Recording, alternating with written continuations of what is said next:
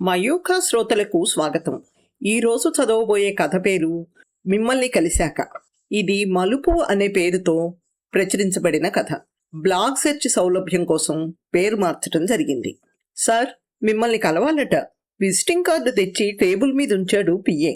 క్యాజువల్గా దాన్ని చేతిలోకి తీసుకుని చూశాడు శ్రీపాద. కొంత కుతూహలం లేకపోలేదు. అతనికి చాలా మంది అభిమానులున్నారు. వాళ్లలో ఎక్కువ భాగం కాలేజ్ విద్యార్థులు. బయట ఎదురు చూసి చూసి తను కనిపించగానే ఎగబడి ఆటోగ్రాఫ్లు తీసుకుంటారు. ఎంతో దూరం నుంచి వచ్చి తనని దూరం నుంచైనా చూసి సంతృప్తితో వెళ్ళిపోయేవాళ్ళు ఇంకొందరుంటారు. ఇలా విజిటింగ్ కార్డు పంపించొచ్చేవాళ్ళు చాలా అరుదు. కారణం, ఇప్పటి సినిమాలను సినిమాలుగాను, నటుల్ని నటులుగాను గుర్తించి గౌరవించే చదువుకునేవారు చాలా తక్కువ.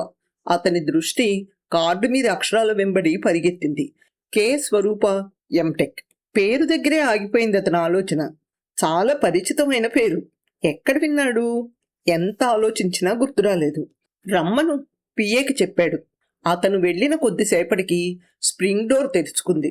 వచ్చిన యువతి ఎంతో పరిచయం ఉన్నట్టు నవ్వుతోంది. అస్పష్టమైన పోలికలు. ఎక్కడ చూశాడు ఆమెని? మీరు నన్ను గుర్తుపట్టలేదు, నవ్వుతూనే ఆరోపించింది. సారీ, ఏమీ అనుకోవద్దు, ముందు కూర్చోండి, కుర్చీ చూపిస్తూ చెప్పాడు కాస్త ఇబ్బంది పడుతూ. ఆమె కుర్చీలో పొందిగ్గా కూర్చుంది. ఇంకా మీకు నేను గుర్తు రాలేదనుకుంటాను. రోజుకి కొన్ని వందల మందిని చూస్తారు కాబట్టి అది సహజమే అనుకోండి. అదీ కాక 10 ఏళ్ల పైమాటే అయింది ఆ సంఘటన జరిగి అంది. 10 ఏళ్ళు. ఆమె మాటల్లో అంత చదువుకున్న గుంటూరు జిల్లా యాస. ఎస్. స్వరూప ఉత్కంఠతో లేచి నిలబడి మళ్ళీ కూర్చున్నాడు. నేనే, నెమ్మదిగా అంది. నమ్మలేకపోతున్నాను అన్నాడు. అప్పటి ఆ 16 ఏళ్ల పిల్ల రూపం కళ్ల ముందు కదిలి. నటుడిగా స్థిరపడక ముందు శ్రీపాదది గుంటూరు దగ్గర ఒక పల్లెటూరు. చాలా కాలం దాకా అతనికి తన ఊరితో అనుబంధం ఉండేది. తండ్రి పోయాక తన వాటాకొచ్చిన పొలం గట్రా అమ్మేసుకుని హైదరాబాద్లో స్థిర నివాసం ఏర్పరచుకోవాలని తిరిగి వెళ్తున్నాడు. గుంటూరు స్టేషన్లో రైలు ఆగింది. టాయిలెట్కు వెళ్ళొస్తున్న శ్రీపాద బోగి తలుపులు తీయాలని ప్రయత్నిస్తున్న ఆ అమ్మాయిని చూశాడు. ఇది ఫస్ట్ క్లాస్, వేరే బోగిలో ఎక్కమ్మా అన్నాడు. రైలు కూత కూసింది. రైలు కదిలిపోతుందేమోనండి అందామె భయంగా. నిజమే, తలుపు తీసి లోపల కూర్చోమని తర్వాతి స్టేషన్లో దిగి బోగి మారమంటే సరిపోతుంది అనుకున్నాడు. అంతలోనే అతని విచక్షణ మేలుకుంది. అర్ధరాత్రి, ఒంటరిగా ఈ ఆడపిల్ల ఎక్కడికి వెళ్తున్నట్టు? పెద్దవాళ్ళకి తెలిసే వెళ్తోందా? తెలిస్తే ఇలా ఒక్కదాన్నే ఎందుకు పంపిస్తారు? తప్పనిసరి అయితే పగలు పంపిస్తారు, లేకపోతే ఎవరో దగ్గరుండి ఎక్కిస్తారు. ఎస్, ఈ అమ్మాయి ప్రేమించిన వాడి కోసం, సినిమాల కోసం ఇంట్లోంచి పారిపోతుంది. అతనికి బాధేసింది. రైలు నెమ్మదిగా కదిలింది. ఆ అమ్మాయి ఒక్కడుగు వెనక్కేసి ఉక్రోషంగా చూస్తూ నిస్సహాయంగా నిలబడింది.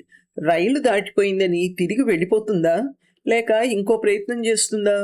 ఆ అమ్మాయి అక్కడే సిమెంట్ బెంచి మీద కూర్చోవడం చూసి శ్రీపాద మరింక ఆలస్యం చేయలేదు. తన బ్రీఫ్ కేస్ తీసుకుని గబుక్కున కదులుతున్న రైల్లోంచి దిగేశాడు. అతనిలోని నటుడు మేల్కొన్నాడు. తెర మీద లభించని నాయకుడి అవకాశాన్ని ఇప్పుడు వాడుకున్నాడు. అతను ఇప్పుడిప్పుడే చిన్న చిన్న పాత్రలు వేస్తున్న నటుడు. ఆ అమ్మాయి కూర్చున్న దగ్గరికి వెళ్ళాడు. నువ్వు శోభన్ బాబు కూతురు కదూ? మీ నాన్న ఇక్కడే ఉంటున్నాడా? చీకట్లోకి రాయి విసిరాడు. ఆ అమ్మాయి ముందు బిత్తరపోయింది. రైల్లో ఉండాల్సిన వ్యక్తి ఇక్కడున్నాడేంటా అని.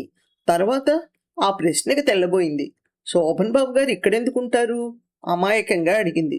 శ్రీపాద నవ్వాడు. మీ నాన్న శోభన్ బాబులో ఉండేవాడు చదువుకునే రోజుల్లో. తననంతా అలాగే పిలిచేవాళ్ళం. నిన్ను చూడగానే నాకు అనుమానం వచ్చింది. అవునో కాదో అనుకున్నాను. నువ్వు ఖచ్చితంగా తన కూతురువే. సర్లే గాని రామాంజనేయులు ఏం చేస్తున్నాడు ఇప్పుడు? ఏదైనా ఉద్యోగంలో చేరాడా? ఎంతో చనువున్నట్టు అడిగాడు. రామాంజనేయులు ఎవరండి అందామె. మీ నాన్న అన్నాడు. మా నాన్నగారి పేరు వెంకటప్పారావు గారండి. శ్రీపాద ఆశించిన సమాచారాన్ని చెప్పింది ఆ అమ్మాయి. సర్లే అమ్మా, మీ నాన్న పేరేంటో నాకు తెలీదా? నువ్వు చెప్పాలా? చదువుకునే రోజుల్లో హనుమంతుడి భక్తి వేరే లెవెల్లో ఉండేది, అందుకని తను అలా పిలిచేవాళ్ళం జవాబిచ్చాడు శ్రీపాద. పద, మీ ఇంటికి వెళ్దాం అన్నాడు. ఆ అమ్మాయి తటపటాయించి నెమ్మదిగా అంది. నేను ఊరెళ్ళాలండి. ఈ రైలు తప్పిపోయింది. మరో గంట ఆగితే ఇంకోటి ఉందట. ఏ ఊరు? ఇంతకీ నీ పేరేంటి అడిగాడు. ఏ ఊరో చెప్పలేదు గాని తన పేరు మాత్రం చెప్పి ఊరుకుంది, స్వరూప అని. నేను మీ అందరినీ చూడాలని కదులుతున్న రైల్లోంచి దిగేశాను. ఇంతకీ ఏ ఊరెళ్ళాలేంటి? హైదరాబాదా? రేపొద్దున్న నాతో వద్దుగానిలే, మాది ఆ ఊరే, నేను దగ్గరుండి తీసుకెళ్తాను. ముందైతే మీ ఇంటికి వెళ్దాం పదా అని రెండో చేత్తో స్వరూప సూట్ కేసు కూడా పట్టుకుని గబగబా అడుగులేశాడు. చేసేదేం లేక ఆమె అతన్ని అనుసరించింది. శ్రీపాద ఆటో మాట్లాడాడు. స్వరూప చెప్పిన గుర్తుల ప్రకారం ఆటో పరిగెడుతోంది. ఇంటి ముందు దిగాక వణుకుతున్న స్వరంతో స్వరూప చెప్పింది, మా నాన్న చంపేస్తాడండి అంటుంటేనే ఆ అమ్మాయి కళ్ళల్లోంచి జలజల కన్నీళ్లు రాలిపడ్డాయి. పారిపోతాం అనుకున్నావా? మెత్తగా అడిగాడు శ్రీపాద. స్వరూప తలదించుకుంది. ఎవరితో అడిగాడు. ఎవరూ లేరు ఆమె జవాబు. ఒక్కదానివేనా? ఎక్కడికి? మళ్ళీ ప్రశ్న. హైదరాబాదు అంది. ఎందుకు? సినిమాల్లో చేరాలని. సుదీర్ఘంగా నిశ్వసించాడు శ్రీపాద. అనుకున్నాను, అందుకే నిన్ను వెనక్కి తీసుకొచ్చాను అన్నాడు. మీకు మా నాన్న తెలీదా అడిగింది. చూడు, నేను చిన్న నాటకం ఆడేసరికి నువ్వు నమ్మేసి నా వెంట వచ్చావు. నేను నిన్ను మోసం చేస్తే నీకు అలాంటి అనుభవం ఇంకా తటస్థపడి ఉండకపోవచ్చు. ఎందుకంటే నువ్వు మీ నాన్న రక్షణలో జాగ్రత్తగా ఉన్నావు. రక్షణ వదిలిపెట్టి వచ్చాక నీలాంటి ఆడపిల్లల్ని వేటాడమే ధ్యేయంగా పెట్టుకున్న వాళ్ళు చాలామంది ఎదురవుతారు. వాళ్ళ ఉచ్చులో పడితే సినిమాల మాట దేవుడెరుగు, బతుకే దుర్భరం అవుతుంది. అమాయకుల్ని మోసం చేసేవాళ్ళు చాలామంది ఉంటారు. ప్రతి పనికి ఓ పద్ధతి ఉంటుందమ్మా. ఉద్యోగం చెయ్యాలంటే అప్లికేషన్ పెట్టుకోవాలి. వ్యాపారం చెయ్యాలంటే మదుపు పెట్టి నలుగురిని ఆకట్టుకోవాలి. అలాగే సినిమాలకు కూడా. పద ఇంట్లోకి వెళ్దాం అన్నాడు. మా నాన్న భయంతో వెక్కుతూ అంది. నేనంతా సర్ది చెప్తాలే ఆమె భుజం తట్టి ధైర్యం చెప్పాడు. అర్ధరాత్రి తలుపు తట్టిన శబ్దానికి మెలకు వచ్చి లేచాడు వెంకటప్పారావు. లైట్ వేసి తలుపు తీసి చూసేసరికి గుమ్మంలో ఒక అపరిచితుడు, అతని వెనక తలంచుకుని నిలబడ్డ కూతురు. అతని నిద్రమత్తంతా ఎగిరిపోయింది. స్థాణువు అయ్యాడు. కూతురు ఎంత పని చేసింది? జరిగిందేమిటో స్పష్టంగా అర్థమయ్యా అనుకున్నాడు. మధ్యలో ఈ కొత్త మనిషి ఎవరు? ఎక్కడో చూసినట్టు తెలిసిన మనిషి అయినట్టు అనిపించింది గాని గుర్తు రాలేదు. శ్రీపాద కూడా తన గురించి చెప్పుకోలేదు. తనేం ఫ్రేమ్లో కనిపించే నటుడు కాదు. వేషాల కోసం స్టూడియోల చుట్టూ తిరుగుతున్నానని ఎలా చెప్పుకుంటాడు? ఆ విషయం తెలిస్తే స్వరూప మీద తను చెప్పబోయే మాటల ప్రభావం ఉండకపోవచ్చు. అందుకని ఏమి మాట్లాడకుండా ఊరుకున్నాడు. ఎంత పని చేసావే పిచ్చిమొహ నీ సినిమా పిచ్చితోటి అన్నాడు వెంకటప్పారావు. ఏమీ జరగలేదు, అరిచి గొడవ చేసుకోకండి. అమ్మాయిని లోపలికి తీసుకెళ్ళండి శ్రీపాద మృదువుగా అన్నాడు. వెంకటప్పారావు మరేం మాట్లాడలేదు. స్వరూప తలొంచుకుని తండ్రిని దాటుకుని లోపలికి వెళ్ళిపోయింది. ఎంత పని చేశావే తెలివి తక్కువదానా? లోపల నుంచి ఆడగొంతు వినిపించింది. బహుశా స్వరూప తల్లిది కావచ్చుననుకున్నాడు శ్రీపాద. దయచేసి ఇప్పుడు ఆమెను ఏమీ అనకండి స్వరూప తండ్రితో అన్నాడు. అతన్ని నియంత్రించినట్టు దాన్ని ఇప్పుడేం అనకు అని లోపలికి కేకేశాడు వెంకటప్పారావు. లోపల సద్దుమణిగింది. రండి ఇంట్లోకి. మీరెవరు? సమయానికి దేవుళ్ళ వచ్చి ఆదుకున్నారు. అప్పటికి తెలివి వచ్చి శ్రీపాదని లోపలికి తీసుకెళ్లాడు. అతని గొంతు రుద్ధమైంది. షాక్లోంచి ఇంకా తేరుకోలేకపోతున్నాడు. లోపలికొచ్చి కూర్చుని జరిగిన సంగతి క్లుప్తంగా చెప్పాడు శ్రీపాద. మీ అమ్మాయి సూట్ కేసు అని అందించాడు. వెంకటప్పారావు ఏమాత్రం సంకోచించకుండా దాన్ని అతని ముందే తెరిచి చూశాడు. కళ్ళు జిగేలుమనిపోయాయి.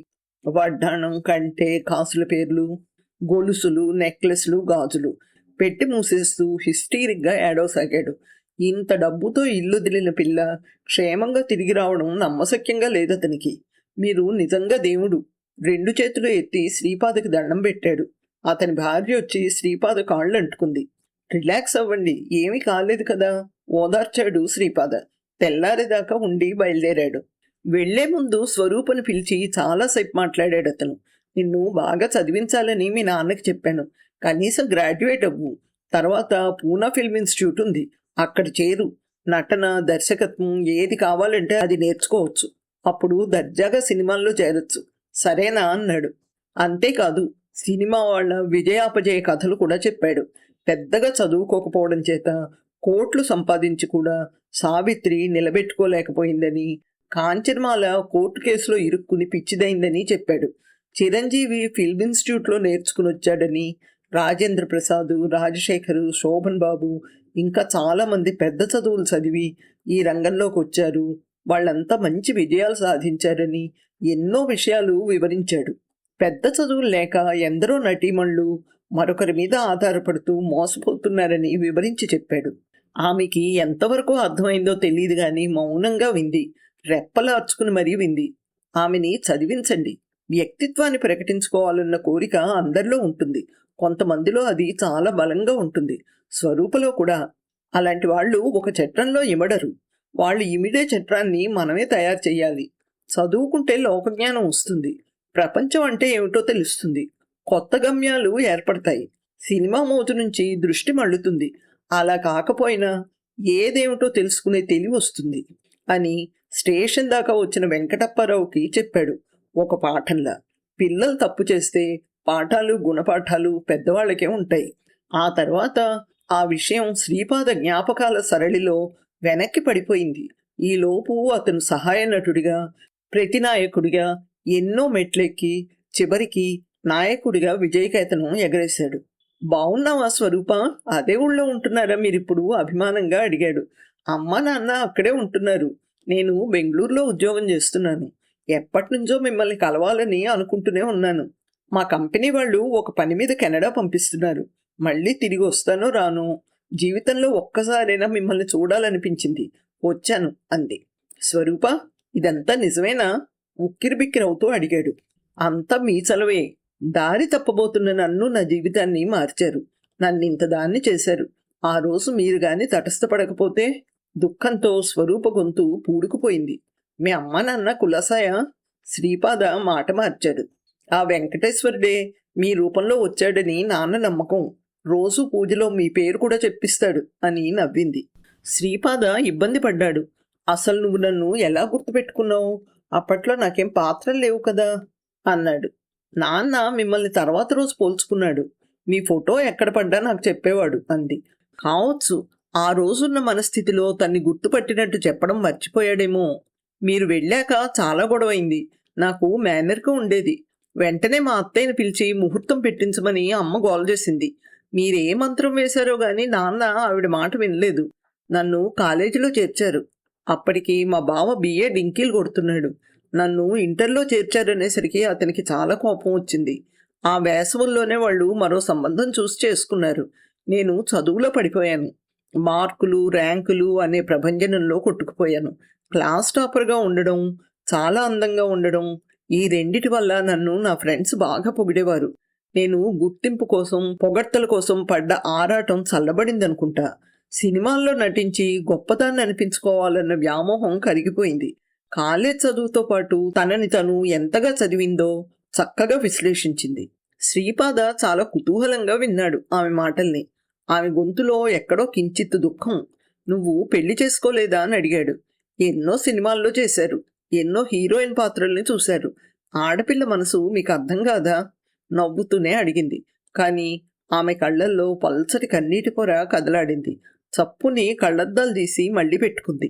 ఎర్రబడ్డ ముక్కు కొన ఆమెను పట్టిస్తూనే ఉంది. స్వరూప, నేను నీకు మేలు చేశానా, కీడు చేశానా? సుదీర్ఘంగా నిశ్వసించి అడిగాడు శ్రీపాద. ఆమె నవ్వేసింది. దుఃఖాన్ని దాచుకోవడానికి తెచ్చిపెట్టుకున్న ఆ నవ్వు వెలవెలబోయింది. అప్పుడంటే మా ఇద్దరివి చిన్నతనాలు. బావకి ఇన్ఫీరియారిటీ కాంప్లెక్స్ ఉండేది. పెద్దయి, ఆకర్షణలు కలిగి, వ్యక్తిత్వంగా గడ్డకట్టాక, ఏది ఏమిటో తెలిసాక ఇద్దరం ఒకరినొకరం మిస్ అవుతున్నాం, బాధపడుతున్నాం. మేనరికం కదండి, చిన్నప్పటి నుంచి ఒకరికొకరం అన్నట్టు పెరిగాం. ఇప్పుడు ఏమీ కామనుకుంటే కొంచెం బాధ, అంతే. దాపరికం లేకుండా చెప్పింది. నువ్వు పెళ్ళెందుకు చేసుకోకూడదు? అతని దారిన అతని భార్య పిల్లలతో బానే ఉన్నాడు కదా, నువ్వెందుకిలా అన్నాడు శ్రీపాద. నేను మాత్రం హాయిగా లేనా? అతన్ని తలుచుకుంటూ గడిపేస్తున్నాను. మనసు ఒక చోట పెట్టుకుని పెళ్లి మరొకరిని చేసుకోవడం నా వల్ల కాదు అంది స్వరూప. అతనేమంటాడు అడిగాడు. ఏమనగలడు?